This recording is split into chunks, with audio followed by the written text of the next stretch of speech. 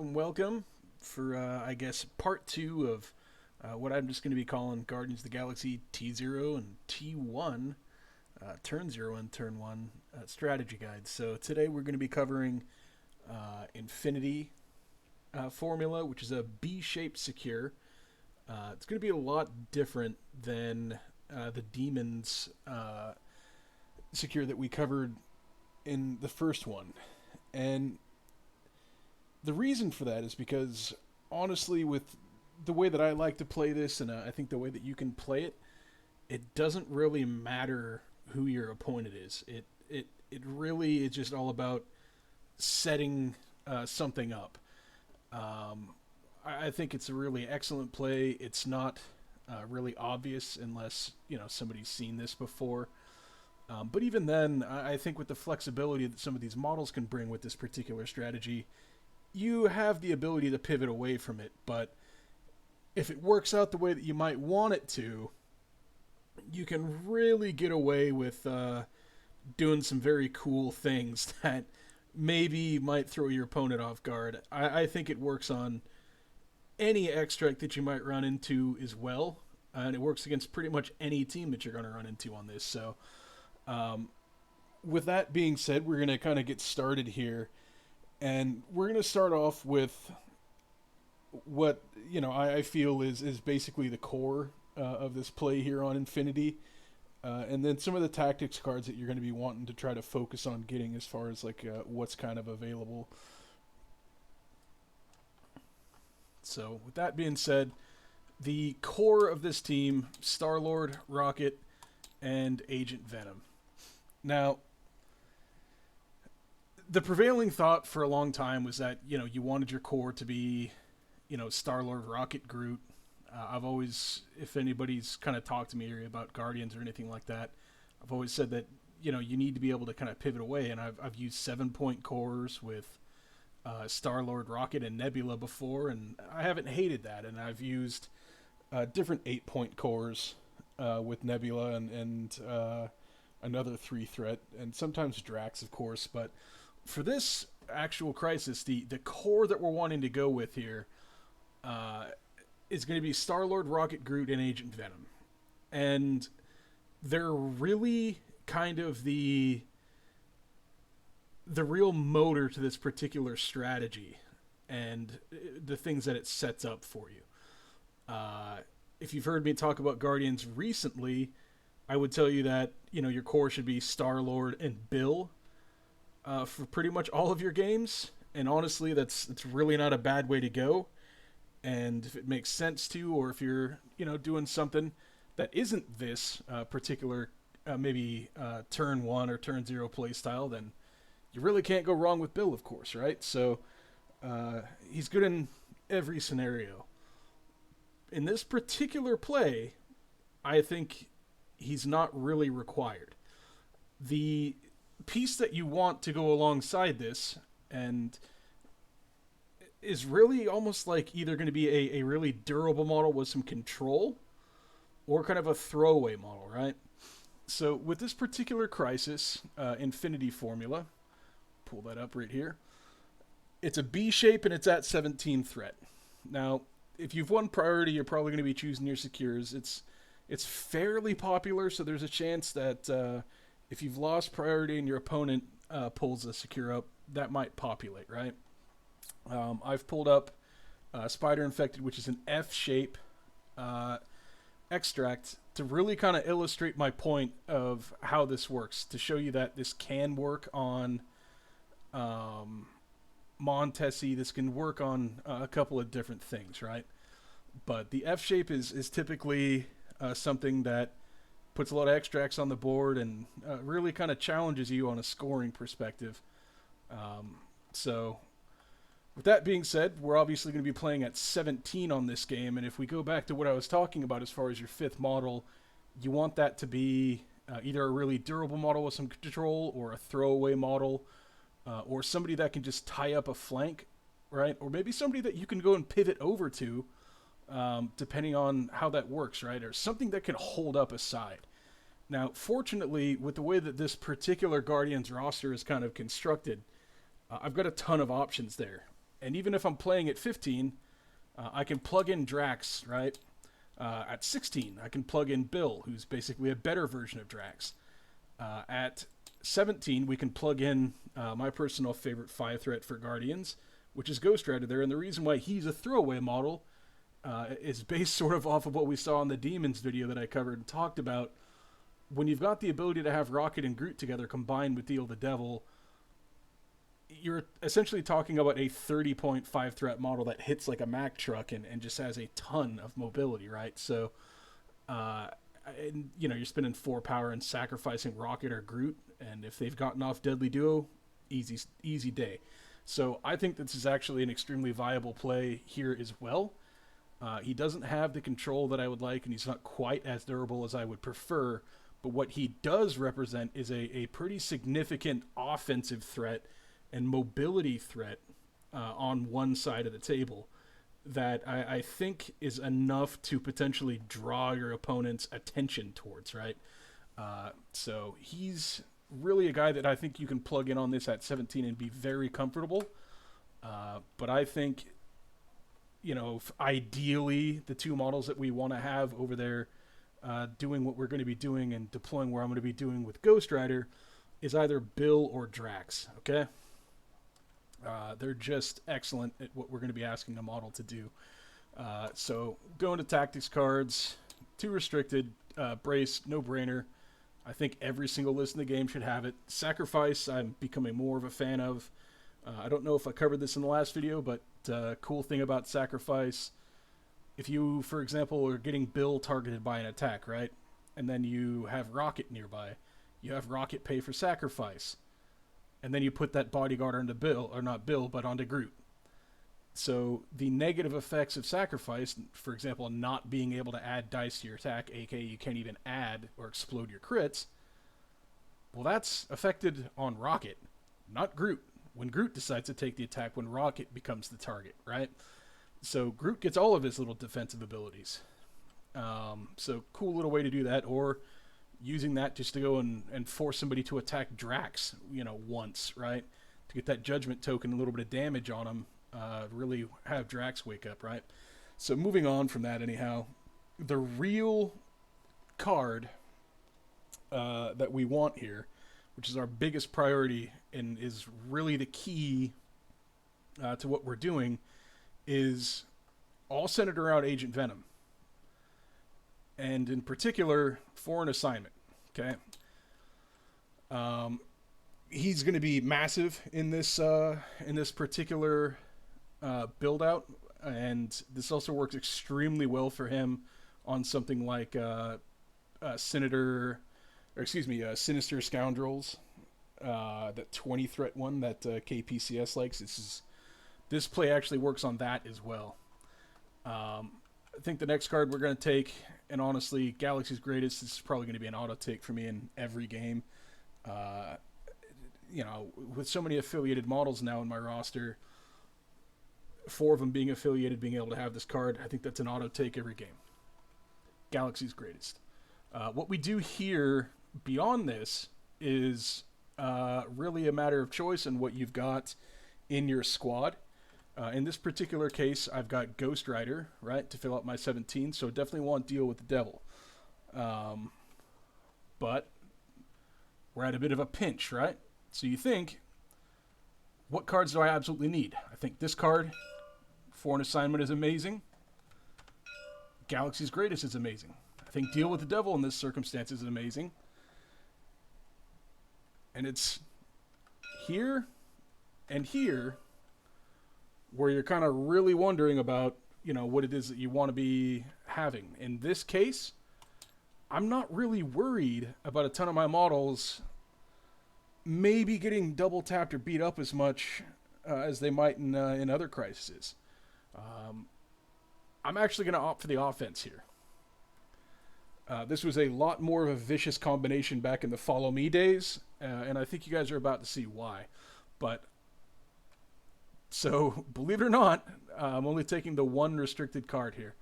You'll see why. I just think that the offense that we can really pour out here, combined with the way that the Crisis works, with the extra power generation, once you get through turn 1, really sets up some pretty nasty things on turn 2. So we're going to activate this roster out. I'm not going to be lining up against an opponent because, again, I actually don't think it matters a ton. I don't want to waste your time going through making their movements, all this other stuff. So we're going to just kind of skip that part of it, but we will talk about what most opponents will do in reaction to what it is that we're doing on turn 0, okay? Now, for me, again, I've just got a really weird habit of lining things up according to sometimes how they function on the board. So I like to line up my models a certain way, right? So we're going to start off with deployment. And again, you get these wonderful models in Rocket and Groot, and the ability to, like I've mentioned before, kind of almost pass with their particular deployment on turn 0. You're not giving anything away because we all know that Rocket's coming up next, and he's going right next to Groot, right? So your opponent sees that you've lined up a model on this side of the board. Likely, they're going to counter with that, right? Because they don't just want to give up a board side. And so they're going to line up a model there. You can drop Rocket. And so now you've kind of shown them all this pressure on this side of the board. People realize the threat that this particular tandem represents on this side. They very well may counter with another model here, or they may counter with somebody in the middle. Maybe somebody that's got an eyes play or ability to grab this. If you go back to sort of some of what I've talked to on Demons, I don't necessarily care about that last extract. I care about this one, and I care about scoring this and this early on in the game. I am going to 100% believe that our aggressive play and the ability to just remove models from the board is going to be enough to where we can make up for this later, right? So the real question is what do we do here third? And what I like to do is I like to pop out Star-Lord, okay? Now I'm going to put him a little bit off-center here because I want people to think that I might have the ability to decide to go for that centerpiece with him, but also that I'm overloading a side. Again, this is going to hopefully encourage an opponent to come over here. And if it doesn't, that's fine. But if it does, also good. If they counter it by putting somebody right there, perfectly fine, okay? Let's be honest, there's very little likelihood that Star-Lord or this model is going to be doing anything on this upcoming round anyhow. Now, so far we've probably got an opponent model here, probably here, maybe there, right? Maybe they're all kind of in this area up here near that truck because they see that we've got this. So I'm going to take Agent Venom, and I'm going to pop him right in the middle of the board so that I can make my opponent think that I am going to be protecting this. And to be honest with you, the real reason that I've got Agent Venom out here is simply to delay people from potentially going up to the center of the board. Or if they want to use an eyes play, go run up there and grab that on turn 1 and give away that part of their tactics and, you know, what it is that they're doing. Because if you see eyes or like an X-Men team and they've lined up certain people back here in this area next to each other, they're kind of giving away what it is that they're going to be doing anyhow. And if they want to do that on turn 1, fine. I can just sit here in the center of the board with Agent Venom and start making decisions, okay? So at this point, you might see like the first model that's going to get popped over there so they can work their extract, you know, work that secure a little bit. Fine by me, okay? They could put 2 models over there at this point. I don't care. I'm going to put Ghost Rider over here. He's my highest threat model. He's going to represent a lot of threat over on that side of the board. Okay. This could cause an opponent to deploy over here if they're of equal width. If it's a less wide team, and let's say you're going up against a, I don't know, who's pretty popular right now, say like a Midnight Suns, right? what you might see is that they might put a Hulk over here, right? And you might have at 17 Blade and maybe a 3 threat and a 6 threat, or not a 6 threat, but another 3 threat. Either way, they're going to overload one portion of the board, right? They're going to see that I've got a certain amount of models kind of more or less leaning over here. And so we kind of want them to shade with us, right? But I also don't want them to completely put all models on one side, okay? Because then we're just talking about what is essentially gamma. The reason I'm kind of doing this stuff a little bit offset is because I want my opponent to think that we're going to be over, that we're going to be potentially threatening this side. But I want him to think that I care about this and that I'm somehow going to be doing things in options with Agent Venom. Some really seasoned players might see some of the tactics cards that I have and realize that I might not want to pivot away with Agent Venom because his tactics card is incumbent upon these people, okay? So they might know that. With that being said, it's not really that hard for Agent Venom to get around. You can kind of deke and juke people, but what you're really wanting to do is get him over here. So the first thing that we're going to attempt is Groot. Going to be grabbing, moving up here, I should say. It's not going to be grabbing anything. What I'm wanting to do is I'm going to want to get him maybe a little bit behind this particular car. And the reason that I'm doing that is that I don't care if he gets pulled backwards here. What I don't want is for him to get too far pulled forward or, maybe mucking some things up. So I think that's about ideal. An opponent, and I'm not going to grab this with him, because this particular one, it could cause him to move around, and you'll see that I went over there and double-checked it. With this actual extract, I don't typically like to have Rocket or Groot hold these because they can get separated and weirded out because of the mechanic here. So like you'll see right here, during the power phase, player with priority rolls 1 dice. They control holding a spider infected. The result is a critical, wild, or hit. That character advances as before, so opposing player. I don't want them separating my Rocket and Groot if I can help it, right? So the Winged It token is, excuse me, we'll get that. Not going to go there. These are the little mind games you can play with Guardians. Maybe your opponent's paying attention to stuff, right? Throw a Winged It token on to Agent Venom first, because he's the guy that's going to be covering the center. You can do little things like that, or you can even say it out loud. I've been known to kind of do some of these things sometimes a little bit intentionally to actually legitimately mess with people. It's small mind games, but I believe it is just gamesmanship. It's within the game. I don't think it's cheating. I don't think it's dirty. If it is, fine. Maybe I'm a dirty player, but I'll sit here and I'll literally say, like, oh, do I want Winged It tokens on? Oh, yeah.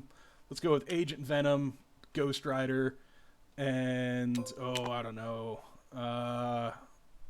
Star-Lord, okay? So when you're putting these out, this is essentially telling your opponent, these are the people that I think are going to be doing the attacks this round. And I want people to think that I want, that I'm going to be defending this really hard with Agent Venom. But I'm not really. I would prefer not to. However, if they take in a model and they bring them up there, okay, fine. I will scrap my plan and we will take this model with Star-Lord here, right? And we will blast him, okay? We'll take Agent Venom, we'll blast him. And we'll take Ghost Rider up there and we'll whip him with some chains. I just, if they're going to bring a model up there just to get dazed on round 1, fine. I can probably get enough, depending on what damage happens here and here, it's going to be when I activate Ghost Rider to come up and start whipping them. And ideally, if I can do enough damage with Ghost Rider, we can get that thing dropped, picked up by Ghost Rider. I can move back over here onto this, and I can go about my plan anyhow, right? So if I somehow do like 3 damage or 4 damage with Star-Lord, there's a good chance I'm going to get rid of that model with Ghost Rider with the next attack. So I probably want to just have Ghost Rider come up and pick that up. I'm not gonna have access to Hell on Wheels unless somebody's playing against that I-Hulk team and they come running across the table to give me power and get him killed. Perfectly fine. So anyhow, that's that. Opponent's gonna probably mirror you, and odds are they just grab their extract. Okay, that's whatever.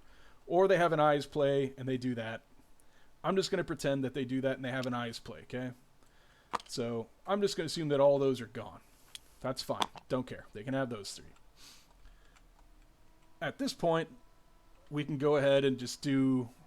So the center point's gone, and they've done it safely. We've now got one model here. We'll just say that that's happened for now. So their first move, there, right? We can bring up Rocket.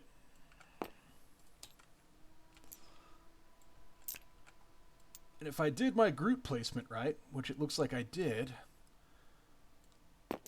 I should, yep, have the ability to one move and cover a good amount of that, right?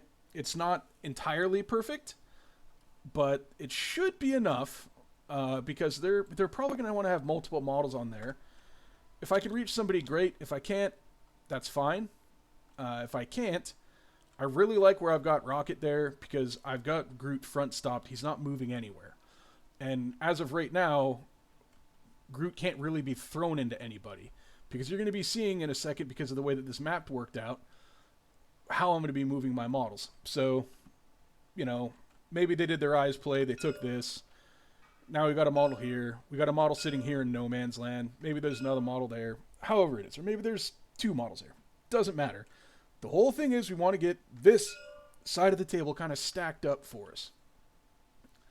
If they go over here on this side that Ghost Rider's on, or a Bill or a Drax, and if it's an equal or lower threat model, or if they just have like less threat represented on this side of the board, I firmly believe that a Drax or a Bill is going to beat the vast majority of characters at their threat level. More often than not. Okay? Maybe not a Logan, right? If you've got a Logan over there and you're going up against that, you might want to play a little bit more cagey and maybe actually support your model. Otherwise, they're going to be gone a little bit quicker. But for the most part, I think Drax just whoops on every other 3 threat in the game in a one-on-one fight. And it's just the way that, you know, Vengeance token works and all that. So if I've got a Drax over here, great. If they've only got like a 4 threat here and I've got Ghost Rider, that model's going to die. And then I've got this extremely fast model that I can come collapsing on the other side with. So anyhow, I haven't really given away any of my strategy again because of the way that Rocket and Groot work, right? But if I can reach somebody, fine, I shoot. If I can't, also fine. I probably just want to go a little bit more forward so I can make sure that I've got that 5 range, right? And, you know, you can have your tool down, you know, from wherever he was. Bring out your 5 range. Make sure that you've got the whole point covered with Rocket. And then just place along it. So right now I don't really have all that covered. Obviously, we can just snap onto it using the 5 key. So I do pretty much have it all covered, but let's just play it a little bit safe, go a little bit further. Now I've got the whole thing covered. I think Rocket's going to be doing an adequate job of preventing Groot from getting pulled too far forward. He might get thrown sideways. That's still preferable to going backwards. I just don't want him getting thrown into other models that can take damage from it. I am not going to be touching this because, again, I don't want those 2 to get separated. Alright. Opponent might come over, come up here. They could grab that at this point. Sure, whatever. Don't care. We're going to come up with Star-Lord. We'll grab this now. And we can just go right up in here at this point. Again, I want to keep him kind of away from Groot in case somebody decides to come running through, throw Groot into people. It's just a really good way to help avoid damage. Groot can do a bunch of that. Star-Lord can cover a fair amount of this, but his purpose in this situation, because he's going to be holding an extract for me, is really if I can take pot shots and make sure that I've got the secure lockdown and I'm getting points from this, I'm hit and running all the time. I'm going to be doing hit and run full autos all game. I can totally live with that. What I'm really trying to set up, though, is now you might get another opponent. You'll have two models that are kind of clumped here. They could be sitting back. Odds are they probably don't have nearly as much range as you do, though. Okay? And that's really... Right now, we're going to see what really makes this particular strategy work. And the reason why I was keeping this spot here clear, which is getting Agent Venom as far forward as possible. He's the guy that I want blasting. A 4 threat, if you've placed them all the way forward on this one piece, okay, and not a 4 threat, but a 4 range, should be able to cover the entire opposing side.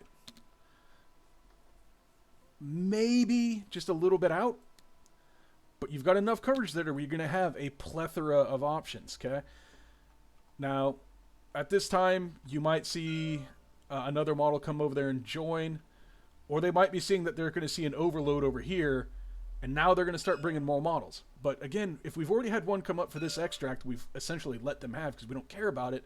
They've got a model here in no man's land that unless they've got like a really good movement ability, or if they generate serious power like a Ghost Rider, this model is going to have to double move from there to over here to support anything, okay?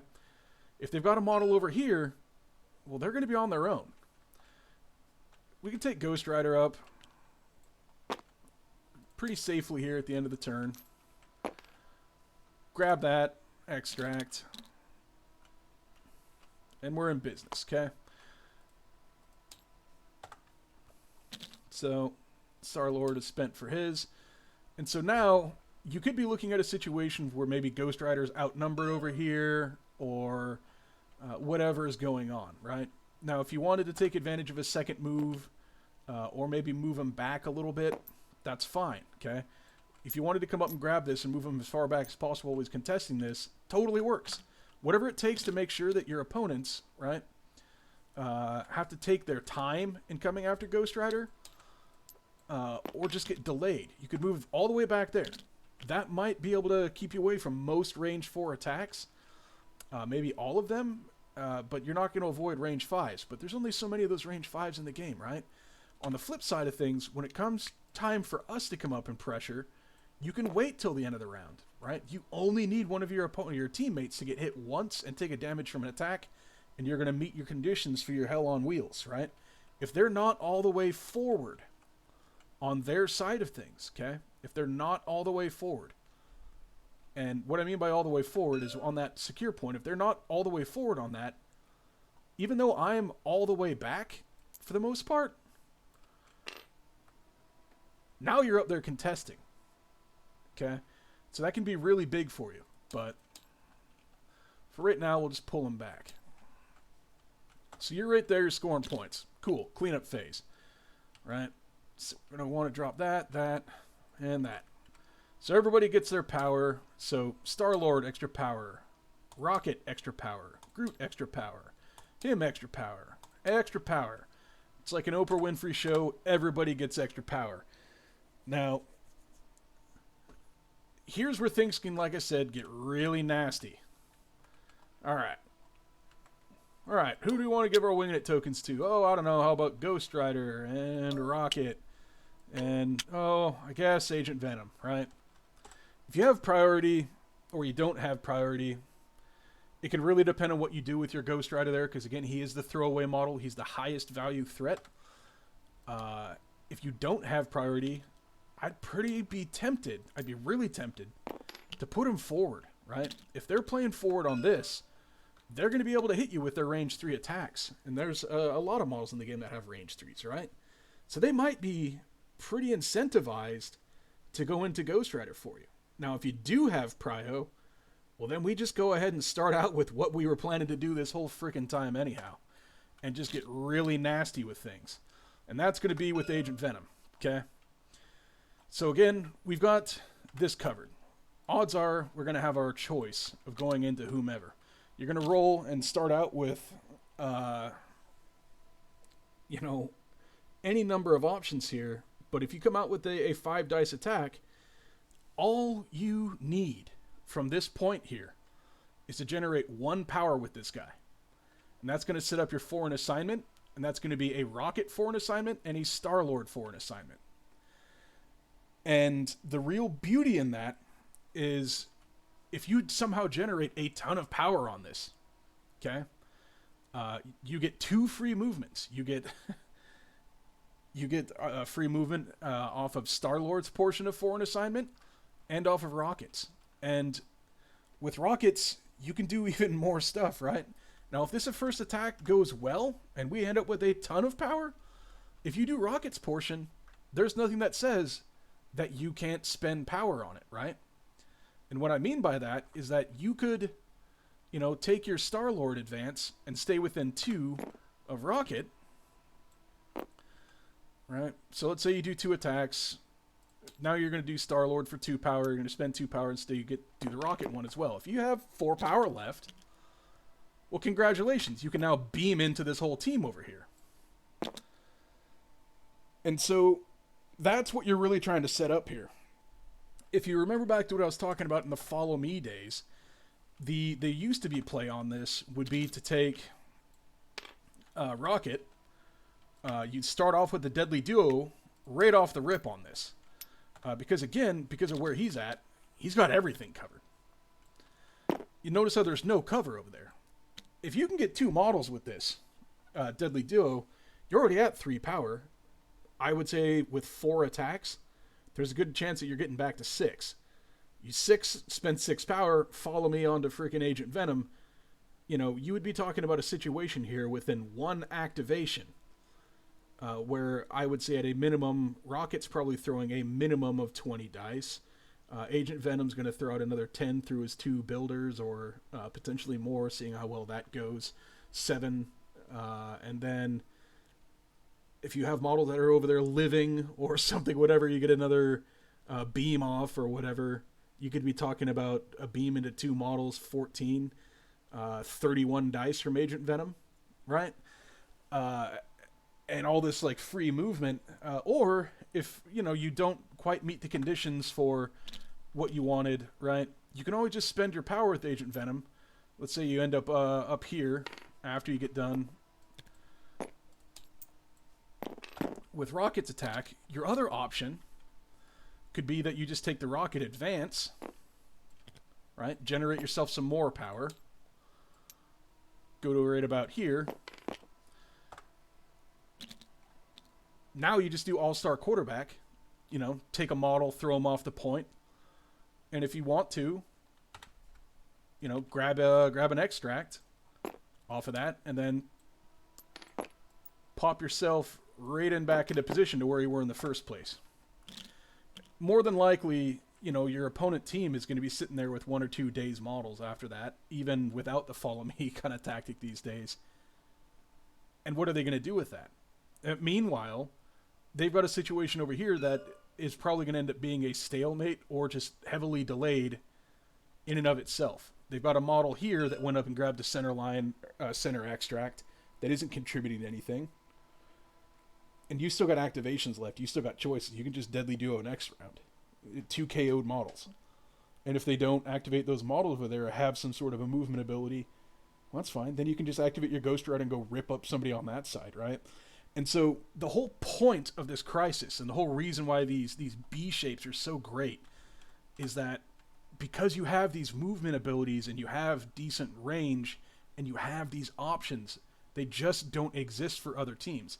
You're creating a situation where we're leveraging our lack of defensive tech. We're leveraging our range and mobility as defense, right? We're creating almost a defensive situation by spreading the board, picking people off, bullying a side of the board, and killing people too quickly.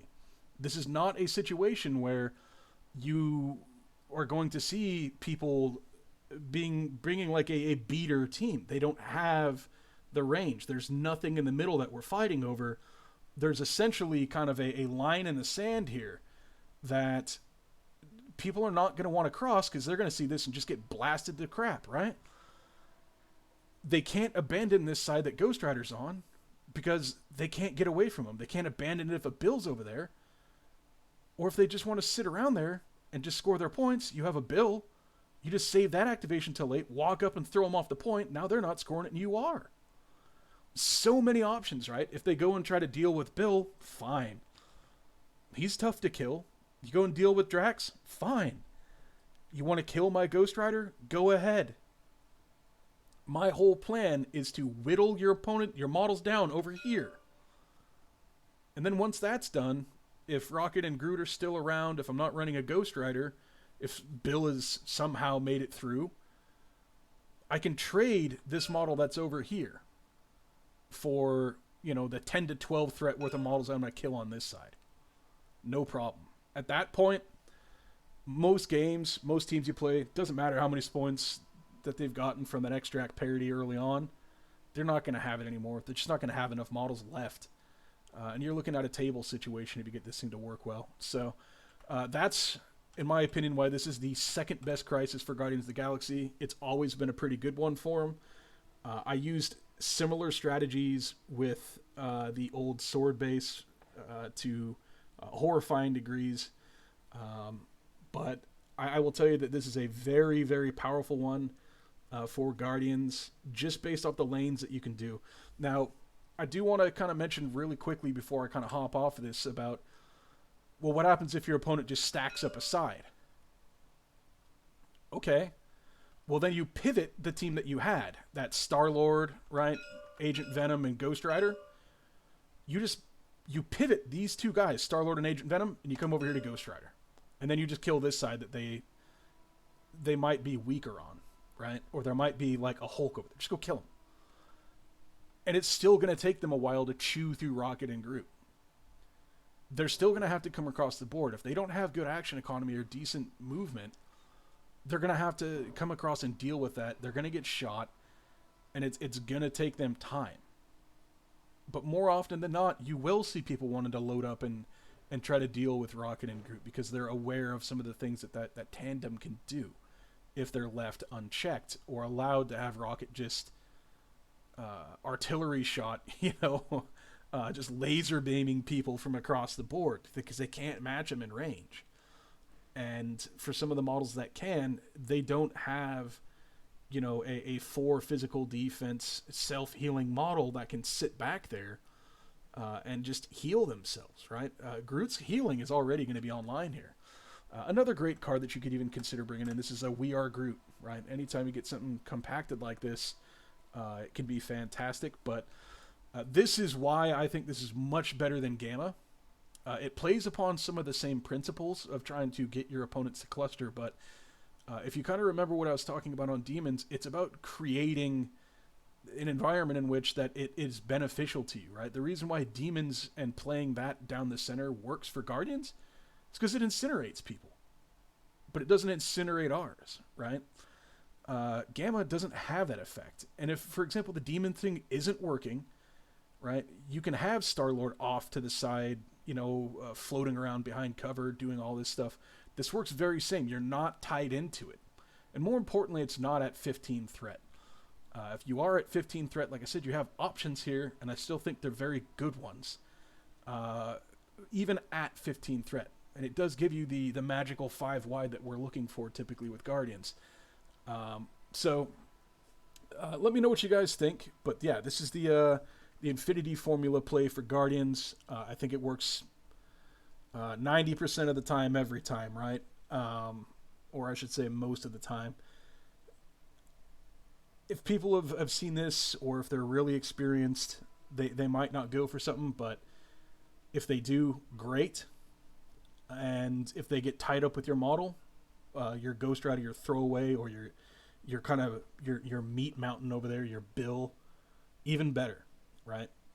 And if you want, sometimes you just take that Ghost Rider or Bill and just abandon that side of the board. Leave them over there sitting, scoring 2 extra points. Just go kill off the other side. You've got time to get back across there and lay waste to things. So you can really create yourself a lot of options on this Crisis. And leveraging speed and range can be done on this Crisis almost better than any other one. I'm really almost shocked that there aren't more shield doing this, but I think it's because maybe they lack some of the individual movement abilities that we have. If you're thinking, well, Rocket and Groot are not the most mobile people, admittedly, yeah, if you put them on a side, you're parking them there. At least until later in the game when you decide that you've cleared off the side that they're on, which is ideally where you want to be clearing stuff off. Then you just take them over and just score your points. Or if you've got a 3 or a 2 threat that just sits around and does nothing but score 2 points around, that's a W right there anyhow. So, it's all about getting rid of the other opponent's models so that they just can't do that. All right, well, cheers, guys. Let me know what you think. I'll try to get this posted up around. Real big on Infinity Formula for Guardians. I think the best version of this is at either 16. I think 18 is really interesting with a Cosmic Ghost Rider, but ideally, if it were me, I'd want to have Bill out there at 16.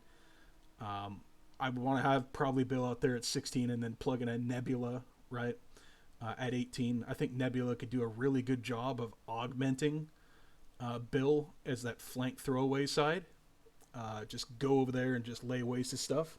Let Bill go and pick up the extract that they've dropped if it's a Crisis where you can hold 2 or something, right? But yeah, a lot of options. All of them good on this. So yeah, just really good Crisis for Guardians all the way around. It's good into Malekith. It's good into everybody that we play against. Not quite as strong as Demons, but great Crisis. Hopefully some of you guys find this helpful. Again, leave a comment. Hit me up on Discord. I think after the name change and all that stuff, I had to be known as the Barn Cat. I will try to get this posted as far as like my Discord information in the video description. But yeah, again, thanks. Cheers.